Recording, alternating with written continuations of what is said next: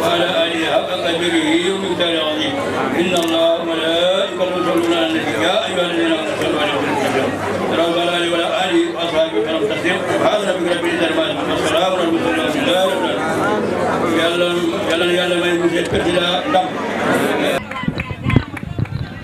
Merci la population de la zone 1 Djiddah Thiaroye Kao.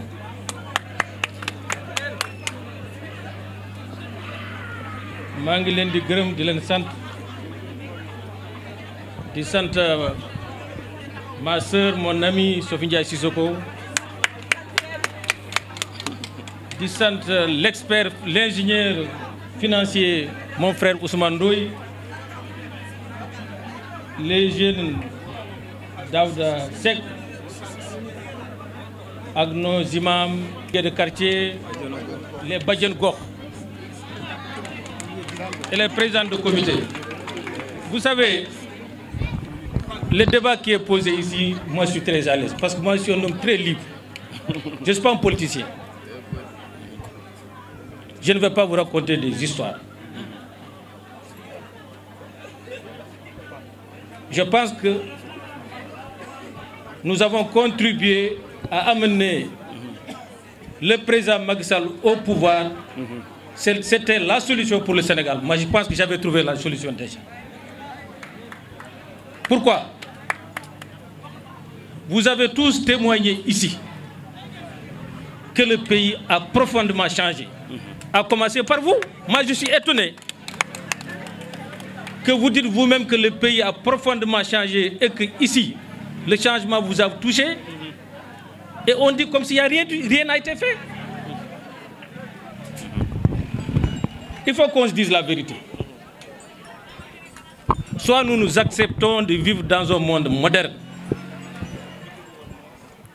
qui a ses lois, ou alors on reste dans l'Antiquité. Et ça aussi, les gens vont nous rappeler. Vous savez, moi j'aime bien mon frère Ndoye. Parce que dafa gëm boppam. Man dama gëm sama bopp man tamit. Et moi, je veux gars gëm seen bopp, les jeunes qui sont là. Moi, je ne crois pas au fonctionnariat. C'est ma position. J'ai démissionné. Moi, j'étais ingénieur. J'étais le mieux payé en Casamance. J'ai démissionné pour être un fonctionnaire international. 3 fois mon salaire. Je l'ai abandonné encore. Le salaire ne suffit jamais à régler un problème. Il faut que vous compreniez la jeunesse toujours.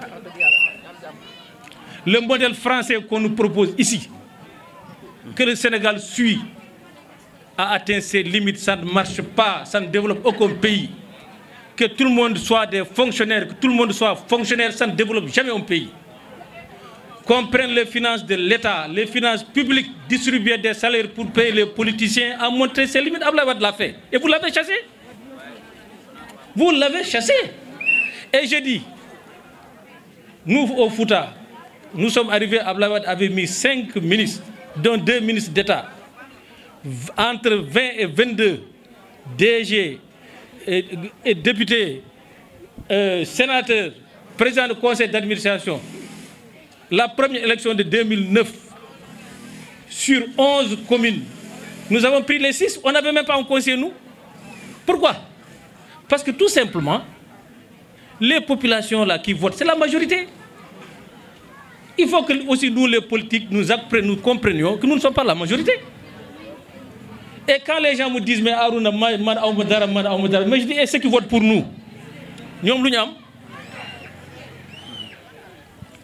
ça ne veut pas dire que nous ne prenons pas en compte ce que vous dites. Mais nous avons connu 3 modèles politiques. Il y a le modèle du Parti socialiste.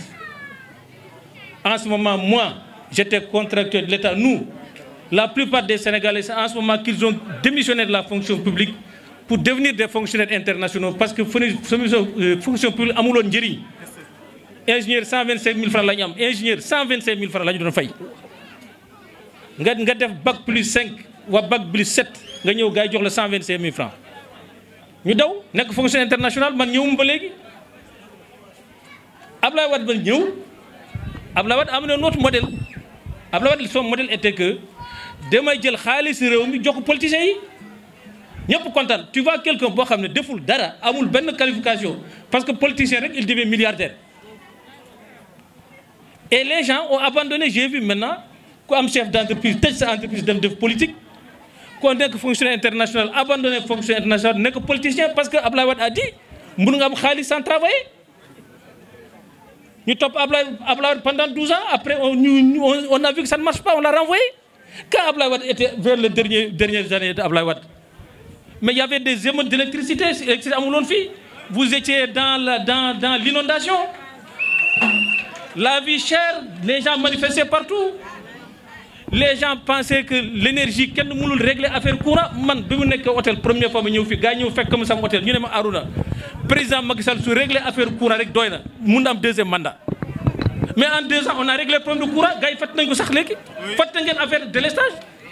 Sénégal rek moo nekk régime dans l'Afrique de l'Ouest bu amul délestage. Mais loolu liggéey la xaalis réew mi la jël def ci investir ci économie loolu moo jur manque de délestage. Loolu moo jur la vie moins chère moom dafa il a refusé d'augmenter l'électricité d'augmenter le courant. Xool leen la France nu mu mel tey c'est l'insurrection. Le président Macky Sall a refusé, il protège les faibles. Et vous m'avez dit Daouda même a donné un bilan élogieux pour Djiddah Thiaroye Kao. L'inondation, maladie universelle, etc. Mais yéen ñëpp loolu ça vous a touché am ngeen njëriñ am na résultat loolu la ñu soxla résultat. Alors il ne faut pas se faire d'illusions. Il n'y a pas de département favorisé par rapport aux autres. Je ne peux pas aller dans les détails. Xam man Kanel laa nekk kenn gënu ma liggéey mais ñun 3 personnes la ñu am 3 kese mu ngi fi. Fatick ils ont fait la télévision direct. On a interviewé les gens de Fatick ñu ne ñoom gisul seen bopp ci nguur bi. Fatick cela veut dire quoi? Nañu wax c'est pas le nombre de forces qui règle le problème des populations. Li ngeen le schéma que Abdoulaye Wade a mis dans vos têtes n'est pas vrai. Vous êtes mes frères, je vous dis la vérité. C'est là où plus tu as des gens qui ont des postes, plus vous avez des problèmes. Et vous avez même vu des gens, ils ont des postes, ils se retournent contre vous, ils vous liquident, ils mettent leur famille, leurs parents, faites partie bi, gis naa ko. Alors, le président Macky Sall, c'est un homme très responsable. Moi, je suis son conseiller, moi j'ai aucun poste politique. Je ne décide pas. C'est vrai, je suis un homme très social. Je suis sensible aux problèmes. Autant il y a l'État, autant j'avais mon programme personnel ici, Djiddah Thiaroye Kao. Quand j'ai voulu, j'ai trouvé des problèmes, les femmes. Parce que pourquoi c'est important les femmes? Moi j'ai passé toute ma carrière dans le développement international. Moi je suis un expert, je suis hydraulicien, expert de l'eau, mais expert aussi du développement international. La problématique de la femme est posée au niveau international. Le rôle que la femme joue dans la famille. Si vous voulez développer un pays, développer une famille, c'est la femme d'abord qu'il faut développer. Parce que la femme, c'est là-bas même que la culture, les valeurs se transmettent. Et c'est la stabilité du ménage. Et donc, du pays. Quand la femme a de l'argent, elle s'occupe de son enfant, elle s'occupe de son mari, elle s'occupe de tout. Le mari, quand il a de l'argent, il va chercher encore une autre femme. comme mes amis. Alors, donc, nous comprenons très bien le problème des femmes. Donc, quand j'étais là, quand nous faisions notre campagne, les gens qui m'ont dit, en faisant campagne, nous nous sommes rendus compte qu'il fallait vraiment appuyer. Et j'ai démarré mes propres fonds, un programme de financement des femmes. Celui-là, je peux prendre un engagement de le reprendre maintenant. Je vais reprendre ce programme-là pour continuer. Mané, ce programme de financer les femmes, man, naa ko recommencer waat ak Sékou dañu leen indi beneen financement continuer avant les élections. Donc jël na engagement boobu. Deuxième engagement, les jeunes qui ont un projet et avoir un business, être autonome pour liggéey am xaalis, je suis prêt à coopérer avec eux, dimbali leen ci projet. Donc vous les jeunes, vous vous concertez. Moi, je suis prêt à faire un forum avec vous les jeunes, à discuter librement sur ces questions-là, de l'emploi, de la problématique et tout ça. Ça, c'est en tant que privé. Mais je vais transmettre toutes vos doléances au président Macky Sall. Il va voir quel programme d'urgence il faut faire pour cette cité, parce que c'est quand même difficile. Je comprends ça. Mais le président Macky Sall, c'est un ingénieur. Il règle les problèmes en profondeur. Le président Macky Sall a compris. Il a tellement nommé. Il m'a dit, Aaron, dans l'histoire politique du Sénégal, on n'a jamais autant nommé. Entre on ne sait même pas combien de chargés de mission on a, combien de ministres nommés. Mais personne n'est content. Tous les pays, la diaspora, faut dem loolu lay gars yi wax. Man gisul sama bopp, même Fatick gisul boppam, Fouta loolu la wax, ñëpp kenn gisul boppam. Mais le bilan est très bon. Excellent bilan. Le bilan est très bon. Quand Macky Sall n'était pas au pouvoir, l'arachide, le bassin arachidier était mort. Da ngay bay sa gerte, gars yi jox la un bon, du lañu fay. Tey les paysans du bassin arachidier ay buur lañu. Pendant plus de 3 ou 4 ans, 210 francs, ku am gerte am xaalis. Suñu ceeb dañu koy bay dans la vallée kenn du ko jënd. Tey ceebu vallée doyatul. Kooku c'est un progrès réel. Plus maintenant la modernisation du Sénégal, les autoroutes. C'est la base du développement. Les infrastructures de base, il faut ça pour engager un développement. Le président Macky Sall fait de l'économie réelle. Il veut développer le Sénégal, chasser la misère, chasser l'analphabétisme, chasser la pauvreté. Ça, c'est la première phase de son mandat. Mais la deuxième phase de son mandat, mais il a annoncé. Il a vu que la question centrale, c'est l'emploi. ci président Macky Sall